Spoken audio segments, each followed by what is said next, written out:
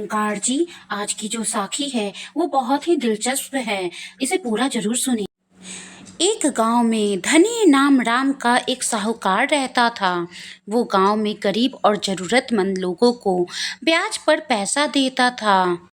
घर में उनकी पत्नी और एक इकलौता बेटा रंजीत है, जो पास ही के शहर में बीए फाइनल की पढ़ाई कर रहा है। सेठ धनीराम अपने बेटे रंजीत की हर इच्छा को पूरी करता, क्योंकि उनका इकलौता पुत्र जो ठहरा कॉलेज जाने के लिए बाइक भी दे रखी थी। रंजीत जब बाइक पर जाता तो उसकी माँ उसे कहती थी, बेटा ये टोपा तो सर पर लगा लिया कर। मगर रंजीत मजाक में अपनी माँ से कहता, माँ अगर ये टोपा पहन लूँगा तो तुम्हारे बेटे का सुंदर चेहरा कैसे दिखाई देगा। एक दिन गांव में ही रहते जीवन और उसकी माता जब खेतों में काम कर रहे थे तो सेठ धनीराम जीवन की माँ को कहता है कि तुम्हारे पति के देहांत को 3 महीने हो गए। मैंने तुम्हें इस दौरान ब्याज के लिए कोई तकाजा नहीं किया, मगर अब 20 साल पूरे हो चुके हैं। एग्रीमेंट यह 3 बीघा जमीन मुझे सौंपनी होगी। जीवन की माँ ने सेठ धनीराम की काफ़ी मिन्नतें की कि हम ब्याज देते रहेंगे, हमसे जमीन ना लें, यही तो हमारी जीविका का सहारा है। मगर सेठ धनीराम ने उनकी एक बात न सुनी।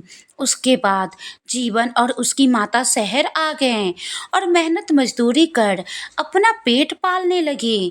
जीवन ने अपनी माता से पूछा, माँ पिताजी ने कब सेठ धनीराम से पैसा लिया। बेटा ये उस वक्त की बात है जब तू अभी पेट में ही था। जब तेरे जन्म का समय आया तो गांव के डॉक्टर ने कहा बच्चा ऑपरेशन से होगा और इन्हें जल्द से जल्द शहर के हॉस्पिटल में दाखिल करवाना पड़ेगा। शहर के हॉस्पिटल में कुल 50,000 का बिल लगा, जो तेरे पिताजी ने 3 बीघा जमीन सेठ धनीराम के पास गिरवी रख कर लिया। साहूकार ने 5% ब्याज पर वो रकम दी और साथ में कहा कि अगर आने वाले 20 साल तक तू मेरा पैसा नहीं लौटा पाया तो ये 3 बीघा जमीन मेरी हो जाएगी। तब से लेकर जब तक तेरे पिताजी जिंदा रहें ब्याज देते रहें और मूल नहीं लौटा पाए।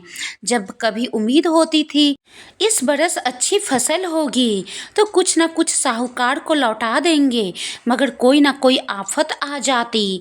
कई बार तो बाढ़ और सूखे की भी मार झेलनी पड़ी। एक दिन शाम के 4 बज गए मगर रंजीत घर नहीं आया। तभी सेठ जी ने फ़ोन की रिंग बजती है। फ़ोन उठाते ही दूसरी तरफ से आवाज़ आती है, सेठ धनीराम जी का नंबर है। जी मैं धनीराम ही बोल रहा हूँ। सेठ जी मैं जगत राम मेमोरियल हॉस्पिटल से डॉक्टर दिनेश बोल रहा हूँ। आपके बेटे का एक्सीडेंट हो गया है और उनके 2 दोस्त हमारे पास आपके बेटे को बेहोशी की हालत में लेकर आए हैं। आप जल्दी हॉस्पिटल आ जाएं। रंजीत की माता जी ने पूछना चाहा क्या हुआ, मगर सेठ जी गाड़ी लेकर शहर की तरफ चल दिए। हॉस्पिटल पहुँचने पर डॉक्टर साहब क्या हुआ, मेरा बेटा अब कैसा है। कार वाला आपके बेटे की बाइक को टक्कर मारकर चला गया। सर पर और शरीर के कई हिस्सों में काफ़ी चोटें आई हैं। खून काफ़ी बह चुका है। ब्लड की ज़रूरत है। हमने आपके बेटे रंजीत के ब्लड का सैंपल लिया है और आपके बेटे का ब्लड ग्रुप ओ निगेटिव है। ओ निगेटिव ब्लड ग्रुप के इंसान पूरी दुनिया में बहुत कम होते हैं। हमने आसपास के सभी अस्पतालों से पता किया, मगर ओ निगेटिव ब्लड कहीं पर भी उपलब्ध नहीं है। डॉक्टर साहब कैसे भी मेरे बेटे को बचा लें। रंजीत की माता को फ़ोन पर यही कहा है कि रंजीत अपने दोस्त के घर में है और मैं शहर किसी काम से आया हूँ। अगर रंजीत की माता को ये सब पता चला तो वो जीते जी मर जाएगी। रंजीत हमारा इकलौता बेटा है। आप जितना कहो मैं पैसा खर्च करने के लिए तैयार हूँ, मगर मेरे बेटे को बचा लें। सेठ जी इस वक्त पैसे की नहीं खून की ज़रूरत है। भगवान से प्रार्थना करें कि सुबह तक ब्लड मिल जाए। आप यहाँ आराम करें, सब ठीक हो जाएगा। सुबह जल्दी आकर डॉक्टर साहब ने नर्स से कहा, हमारे कंप्यूटर के रिकॉर्ड में चेक करें। पिछले 1-2 महीने में जो ब्लड चेक करवाने आए थे, उनमें कोई ओ नेगेटिव ब्लड ग्रुप है क्या? संतोष जी, तभी थोड़ी देर बाद नर्स ने बताया, डॉक्टर साहब, हाँ एक शख्स है, तो जल्दी से उसे कांटेक्ट करो और बोलो इमरजेंसी है। Okay sir.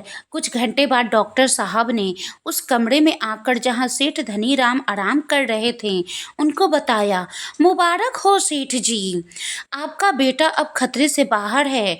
ओ निगेटिव ब्लड ग्रुप वाला इंसान मिल गया और उसने खून भी दे दिया और आपके बेटे की हालत अब पहले से बेहतर है। अच्छा, मैं उस इंसान से मिलना चाहता हूँ जिसने मेरे बेटे की जान बचाई, सेठ धनीराम ने कहा। आओ मैं मिलवाता हूँ, वो आपके साथ वाले कमरे में ही हैं। उस शख्स को देखकर सेठ धनीराम हैरान रह गया। वो शख्स और कोई नहीं, जीवन था। बेटा जीवन, तुमने अपने नाम के अनुसार मेरे बेटे को नया जीवन दान दिया है। मैं दौलत के नशे में इंसानियत भूल गया था। कौन सा इंसान कब किसी के काम आ जाए, ये मैं नहीं जानता था। मैंने तुम्हारे साथ बहुत अन्याय किया है। तुम्हारे पिताजी मुझे 20 साल तक ब्याज देते रहे। मेरे पास मूल से भी कई गुना ज़्यादा पैसा आ गया था और मैंने तुम्हारी ज़मीन भी अपने पास रख ली। बेटा, अब मैं तुम्हारी ज़मीन तुम्हें सौंपता हूँ। तुम वापस अपने गांव आकर फिर से खेती का काम करो और जिन लोगों से मैंने इस तरह से ज़मीन अपने नाम करवाई है, उन सभी को मैं उनकी ज़मीन वापस कर दूंगा और खेती कर मेहनत करते हुए मैं अपना बाकी का जीवन व्यतीत करूंगा। अब मैं जान चुका हूँ, पैसा ही सब कुछ नहीं होता। मेरे बेटी की जान पैसे से नहीं, तुम्हारे दिए खून से बची है। सेठ जी, आप शर्मिंदा ना हो। मेरे मन में आपके प्रति कोई बदले की भावना नहीं थी।